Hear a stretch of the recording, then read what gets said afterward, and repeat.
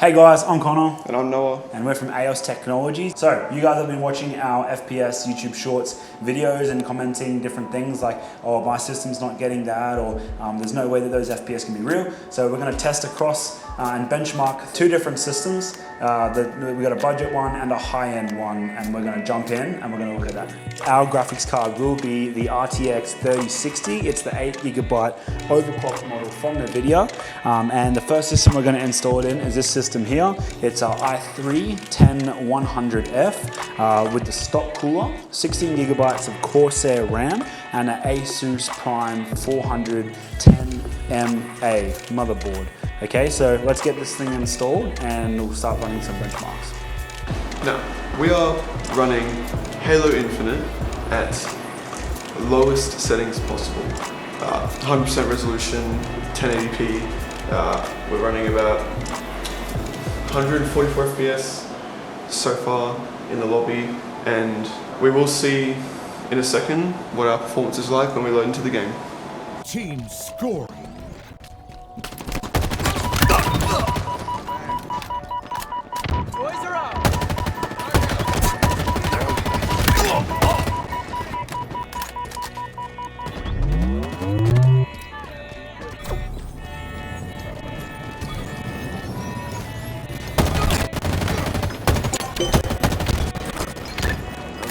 Now, after playing on low settings, 1080p, we did experience a lot of stuttering with CPU bottleneck, which is something we have to figure out sometime.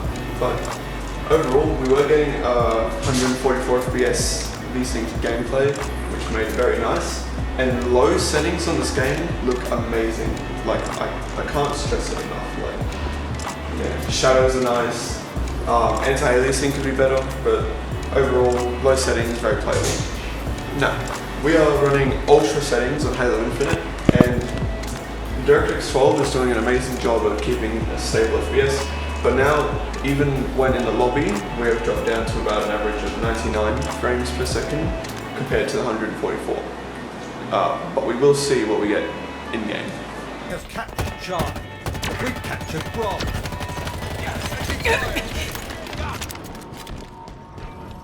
I've just finished playing Halo Infinite on ultra settings, 1080p, and it was a nice experience, I'll say. The shading is amazing, reflections are amazing, and that's without RTX.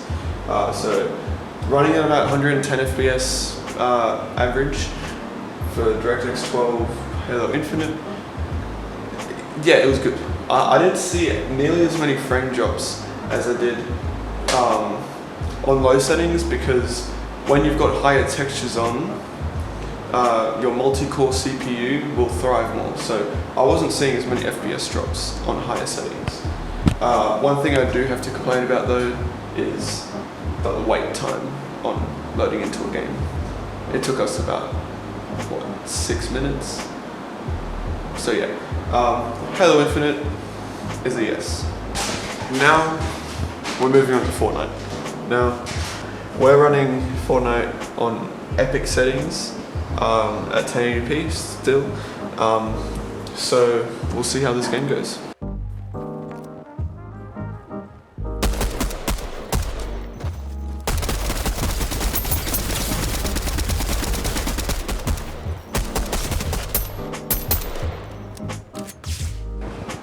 As you can see, because of the terrible lag, not because I'm bad at this game, the lag made it very hard to play, and it just wasn't really playable at epic settings because of the CPU bottlenecking.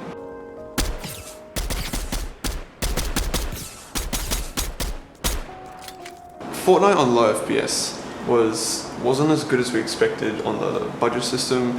It's still coming down to the low threads, and it was bottlenecking, just like all the other games. This time we got 11 kills, but that doesn't stop this game from... It was still playable. Obviously with low settings it wasn't as easy to spot people. Personally, I don't play low settings, I play on competitive, but yeah, that's all I have to say. All right guys, so that was our budget end computer. This is our higher end gaming computer here, and it has a Z490M motherboard with a 10700K i7 CPU and 32 gigabytes of HyperX RAM as well. So let's get into this one and see what kind of stats we can pull from it. We're using the same setup, same screen, mouse, keyboard with our machine behind on the back there. So we've just swapped the cables over from this one to this one at the back. So let's boot up MSI and jump into the game and see what kind of results we can look to get. Round one. Take and hold the oddball to score. Ball incoming. We have the ball. Ball dropped. We've lost possession. We have the ball. All right guys, well as you saw there, that was ultra high settings, and we averaged around that 95, 100 mark. And obviously there's a comparison to the first video, which we'll show. And yeah, so that was Halo. Let's jump into now on the low settings. We'll play another round. It'll take forever to find a match, but and we'll play another game and see how that goes. Capture Charlie.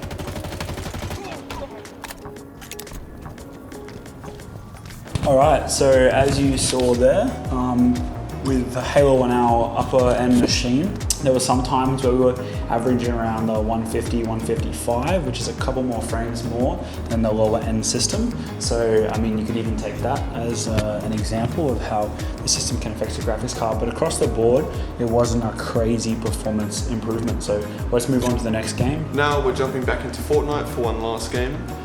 We will check high and low settings on the new system, and we'll see how we go.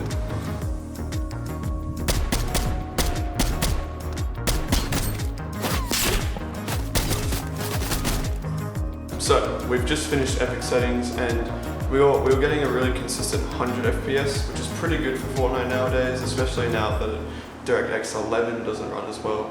But 1080p, 100 frames per second, it is pretty smooth gameplay. Obviously, if you're playing on a 60 Hz monitor, you're going to get the best. You're going to get the best reaction from it, and you're going to get the best experience from it. Now we're moving on to low settings, and we'll see where we go.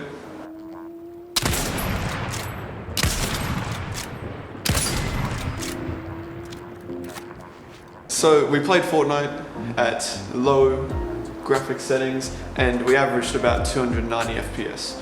And for competitive players, that's a really, really nice experience / range, because it was just a really smooth. I didn't get any frame drops. I dropped a 8-kill game pretty easily, and yeah, it was a nice experience. So Fortnite wins.